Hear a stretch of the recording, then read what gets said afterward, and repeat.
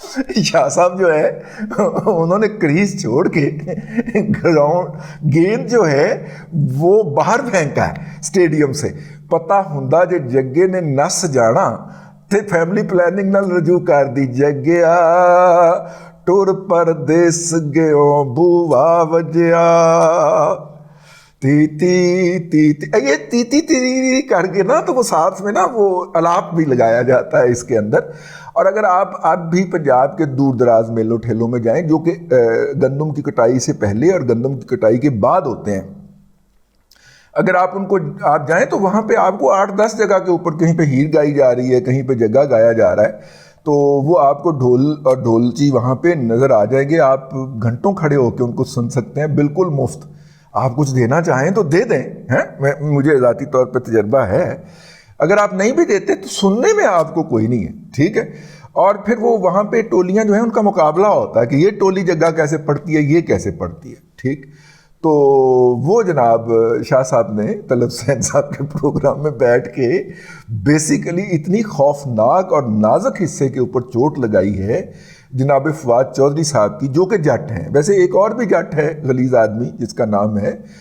شہباز گل, اور اس نے آج جو ہے وہ پھر اپنے اوریجنل کلر کے اندر آ کے بکواسیات فرمائی ہیں اعزاز سید کے بارے میں.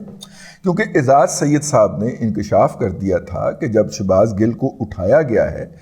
تو وہ فوجی بھی حیران رہ گئے کہ وہ ایک طوطے کی طرح بولنا شروع ہوئے. شہباز گل انہوں نے جو ہے وہ خاتون اس وقت کی خاتون اول ایسی نہیں, میرا خیال نہیں ایسی, پنکی پیر نہیں, المشروف بشرا بی بی موکلا علی. ویسے یار یہ موکل بھی ہوتی ہے ہی لاگتے ہیں, سارا زور پروپیگنڈے تے رکھا ہوا ہے موکل موکل موکل. پچھلے پاسوں آئی ہے سیدہ ڈپٹی ڈائریکٹر ہدایت اللہ نکل آئے. ہدایت اللہ نے ہمارے کئی جرنلسٹ دوست پال رکھے ہیں اور ان کو وہ انفارمیشن بھی دیتے ہیں, اور وہ ہمارے دوست جو ہیں وہ بڑے بڑے ولاگ کرتے ہیں, بڑی بڑی سٹوریاں جو ہیں وہ لگاتے ہیں. ظاہر ہے بھائی ان کے پاس انفارمیشن, آپ آتے بھائی دور دور ہی اچھے ہیں, نہ ان کی دشمنی اچھی نہ ان کی دوستی اچھی, لیکن وہ موکلین جو ہیں وہ واقعی یوتھی قسم کے موکل. اینی ہاؤ شہباز گل صاحب نے جو ہے وہ پتہ نہیں کیا ملغوبہ ہے یار, اس کے اندر نہ صوفی اسلام بھی پایا جاتا ہے, اس کے اندر جادو ٹونے بھی پائے جاتے ہیں, اس کے اندر ناچنے والیاں بھی پائی جاتی ہیں, اس کے اندر اتنے اتنے بڑے ڈنڈے ہاتھ میں پکڑ کے جو ہے عمران خان کے گھر میں پہرا دینے والی بھی پائی جاتی ہیں, اس کے اندر کیپٹن کرنل شیر خان شہید نشان حیدر کے مجسمے کی بے حرمتی کرنے والے لائن بھی پائے جاتے ہیں,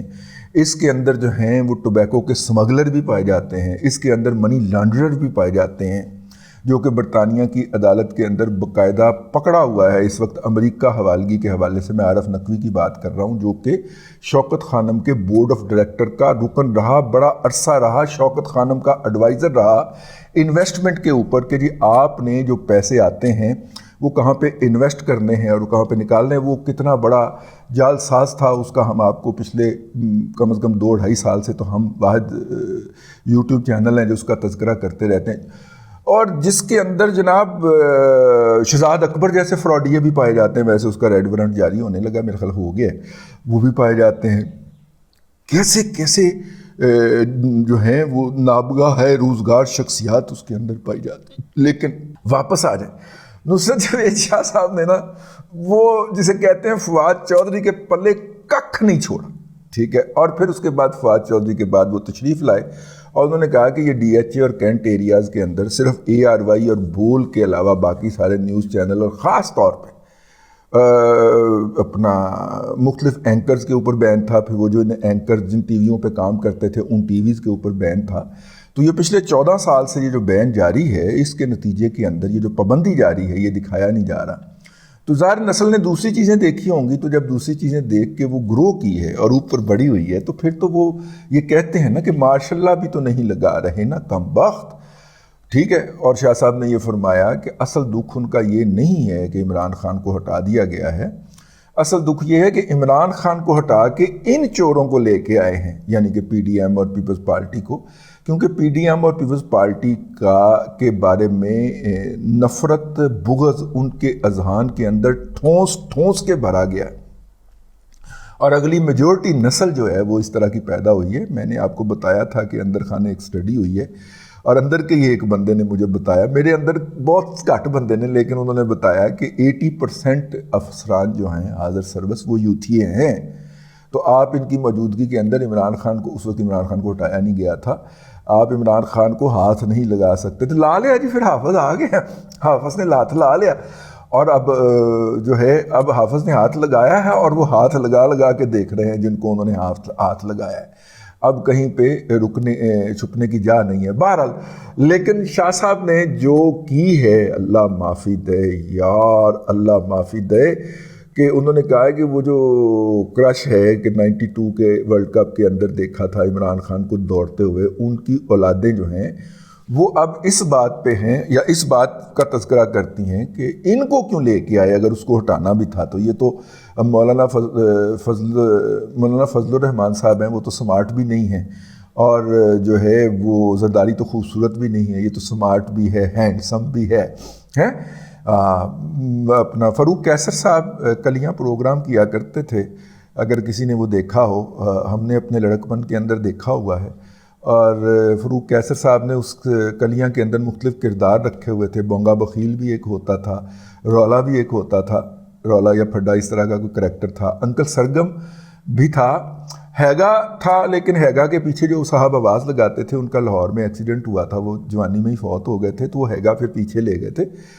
لیکن پہلے انکل سرگم اور ہیگا تھے، پھر ہیگا جو تھا نا وہ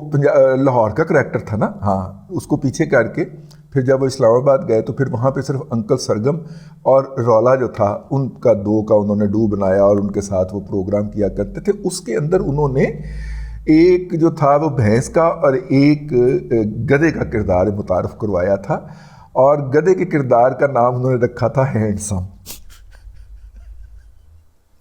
کیا فیوچرسٹک آدمی تھے، فوت ہو گئے پچھلے دنوں، بہت ہی کریٹو آدمی تھے۔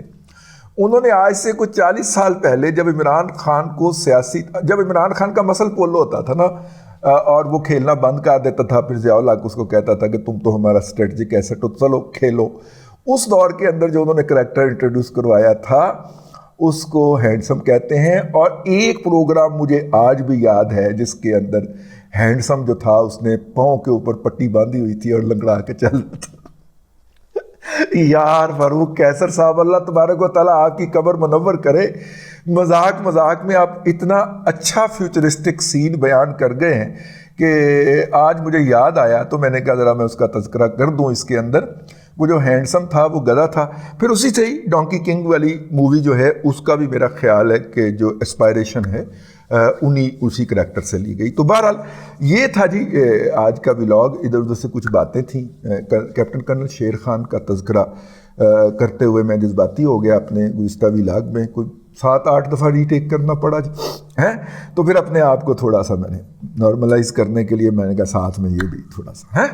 بس اب تک کے لیے اتنا ہی۔ اللہ تبارک و تعالیٰ آپ کو آسانیاں عطا کرے اور آسانیاں خلق خدا میں تقسیم کرنے کی توفیق عطا کرے۔